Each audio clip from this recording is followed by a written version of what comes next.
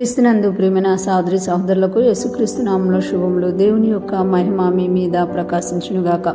ఈరోజు దేవుడు మనకిచ్చిన మాట యోహాను సువార్త 8వ అధ్యాయము 15వ వచనం. మీరు శరీరమును బట్టి తీర్పు తీర్చుచున్నారు, నేను ఎవనికి తీర్పు తీర్చను. ఈ మాటలు యేసయ్య తన దగ్గరికి వచ్చిన శాస్త్రులు పరిశీలతో తెలియజేస్తున్నట్లుగా మనం చూడగలం.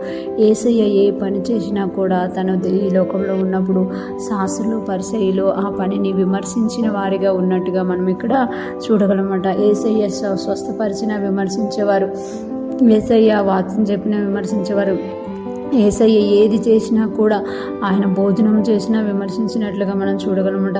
అందుకే ఇక్కడ యేసయ్య అంటారు కదా, మీరు శరీరమును బట్టి తీర్పు తీర్చున్నారు.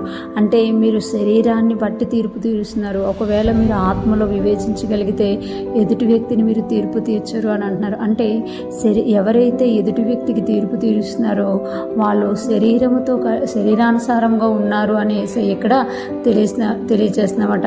అందుకే యేసయ్య కింద అంటున్నారు కదా, నేను ఎవరికి తీర్పు తీర్చను. అంటే నేను ఎవరికి తీర్పు తీర్చను. ఎందుకనంటే నేను ఆత్మ మండలంలో ఉన్నాను, ఆత్మరూపముగా ఆత్మలో వివేచించగలను నేను, కనుక నేను ఎవరికి తీర్పు తీర్చను అని ఇక్కడ తెలియజేస్తున్నమాట. అంటే శరీరంతో ఉన్నవారు ప్రతి ఒక్కరిని కూడా శరీరంగా చూస్తారు కాబట్టి వాళ్ళు తీర్పు తీరుస్తారన్నమాట. వాళ్ళు ఇలా ఉండాలి కదా, అలా ఉన్నారు, వాళ్ళు ఇలా ఉన్నారు, వాళ్ళు ఇలా మాట్లాడారు, ఇలాగ డ్రెస్ చేసుకున్నారు అని శరీరానుసారంగా మాట్లాడుతూ శరీరానుసారంగా తీర్పు తీరుస్తారు. యేసయ్య దగ్గరికి వచ్చిన శాస్త్రులు పరిసయ్యులు కూడా యేసయ్య చేసే ప్రతి పనిని కూడా విమర్శించినట్టుగా తీర్పు తీర్చినట్టుగా మనం చూడగలం. ఆయన విశ్రాంతి దినమును స్వస్థపరిస్తే విశ్రాంతి దినమును స్వస్థపరిచినందుకు ఆయన తీర్పు తీర్చినట్టుగా చూడగలం. అదే ఆత్మలో వివేచించగలిగిన వారైతే యేసయ్యే ఆ విశ్రాంతి దినానికి దేవుడై ఉన్నాడు అని గ్రహించి యేసయ్యని హత్తుకునే వారిగా ఉందిరన్నమాట. వాళ్ళు ప్రతిరోజు లేఖనాలు చదువుతూ ప్రతిరోజు కూడా దేవుని ప్రవచనాలు చదువుతూ కూడా యేసయ్య రాకడను వాళ్ళు గుర్తించలేకపోయారనమాట. ఇక్కడ మనం చూసుకుంటే మనము కూడా దేవుని సన్నిధిలోకి వెళ్తూ దేవుని మాటలు చదువుతూ దేవునితో జీవిస్తూ మనం ఒకవేళ ఎదుటి వారికి తీర్పు తీర్చే లెక్కల్లో ఉన్నాము అని అంటే మనలో ఇంకా శరీరం ఏలుబడి చేస్తుంది అని అర్థం అనమాట. మనం ఒకవేళ ఎదుటి వ్యక్తిని క్షమించగలుగుతున్నాము అని అంటే మనం యేసయ్య స్వరూప్యంలోనికి స్వభావంలోనికి ఎదుగుతున్నాము అని అర్థం అనమాట. ఈరోజు ఫ్రెష్మన్ వింటున్న ప్రతి ఒక్కరూ జ్ఞాపకం చేసుకోవాలి.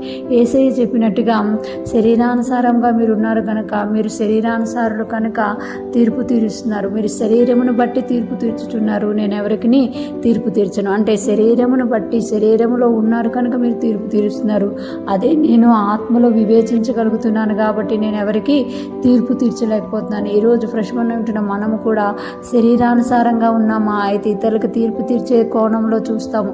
ఇతరులు చేసే ప్రతి దానిలో ఏది తప్పు ఉందా అని వెదికే వారికి ఉంటాం. అదే ఆత్మానుసారంగా ఉన్నామా ఎదుటి వారిని వివేచించి క్షమించి వారు మరొకసారి అలాంటి తప్పులు చేయకుండా ఉండాలి అని మనం ప్రార్థించే వారముగా ఉంటాం అనమాట. ఈరోజు ఫ్రెష్మన్ వింటున్న ప్రతి ఒక్కరం కూడా మనము క్షమింపబడ్డాం కనుక మనము కూడా ఇతరులని క్షమించే వారముగా తీర్పు తీర్చకుండా ఇతరులని మనం విడుదల చేసేవారిగా ఉందముగాక.